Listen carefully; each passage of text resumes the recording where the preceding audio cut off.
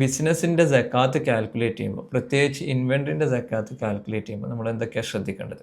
ഇൻവെൻട്രിയുടെ സക്കാത്ത് due ആവുന്നത് നമ്മൾ business start ചെയ്തിട്ട് ഹിജറി കലണ്ടർ പ്രകാരം 1 ഇയർ കംപ്ലീറ്റ് ആകുമ്പോൾ ഡ്യൂ ആവുന്നത്. ബിസിനസ് സ്റ്റാർട്ട് ചെയ്യാമെന്ന് വെച്ച് കഴിഞ്ഞാൽ അത് ഐറ്റംസ് പർച്ചേസ് ചെയ്യണമെന്നോ അല്ലെങ്കിൽ ഇൻവെൻട്രി ഒരു കൊല്ലം നിൽക്കണമെന്നൊന്നും ഇല്ല. എപ്പോഴാണ് നമ്മൾ ക്യാപിറ്റൽ കൊണ്ടുവരുന്നത് അല്ലാതെ ഉദ്ദേശിക്കുന്നത് ഈവൻ ഇനോഗ്രേഷൻ തന്നെ കഴിയണമെന്നില്ല. അപ്പോൾ റമദാൻ 2-നാണ് നമ്മൾ ഒരു ബിസിനസ് തുടങ്ങണം തീരുമാനിച്ച് അതിൻ്റെ ഫണ്ടിൻ്റെ ഒക്കെ അറേഞ്ച്മെൻറ്റ് തുടങ്ങുന്നതെങ്കിൽ അടുത്ത റമദാൻ 1-ൽ നിങ്ങളുടെ അടുത്ത് എത്രയാണോ സ്റ്റോക്ക് കിടക്കുന്നത് അതിൻ്റെ മുകളിലായിരിക്കും സക്കാത്ത് കാൽക്കുലേറ്റ് ചെയ്യേണ്ടത്. നമ്മൾ മാക്സിമം അതേ ഫിസിക്കൽ കൗണ്ട് എടുക്കുക. പിന്നെ നമുക്ക് സിസ്റ്റത്തിൽ അവൈലബിൾ ഉള്ള റിപ്പോർട്ട്സ് വെച്ചിട്ട് നമുക്ക് എങ്ങനെയാണ് അത് കാൽക്കുലേറ്റ് ചെയ്യാൻ പറ്റുക എന്നുള്ളതൊന്ന് നോക്കാം. ഫോർ എക്സാമ്പിളിന് നമ്മൾ എന്ത് ചെയ്യുന്നത് വെച്ച് കഴിഞ്ഞാൽ ഇതിപ്പോൾ ഒരു സാമ്പിൾ ട്രേഡിംഗ് LLC എന്ന് പറയുന്ന ഒരു കമ്പനിയുടെ ഇൻവെൻട്രി റിപ്പോർട്ടാണ്.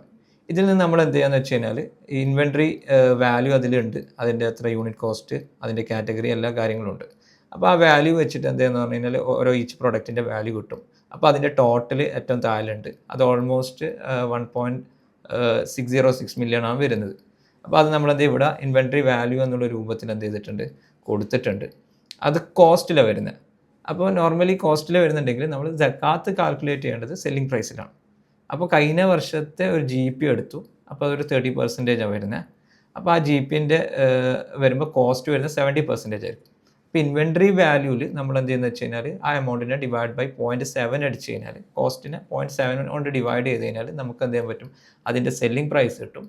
അതിൽ നിന്ന് നമുക്ക് 2.5% ഉള്ള സക്കാത്ത് എന്ത് ചെയ്യും, കാൽക്കുലേറ്റ് ചെയ്യാൻ പറ്റും. ഇവിടെ അത് വരുന്നത് 57,358 ആണ്. ഇതിപ്പോൾ നമ്മൾ സിസ്റ്റത്തിൽ നിന്ന് അവൈലബിൾ ആയിട്ടുള്ള റെക്കോർഡാണ് നോക്കിയത്. ഞാൻ നേരത്തെ പറഞ്ഞു സ്റ്റോക്ക് ടേക്കിംഗ് ഒരു ഫിസിക്കൽ കൗണ്ട് നിങ്ങൾ എടുക്കുക. അങ്ങനെയാണെങ്കിൽ ഇതിൽ സ്റ്റോക്ക് കറക്റ്റ് ആണോ നോക്കാൻ പറ്റും.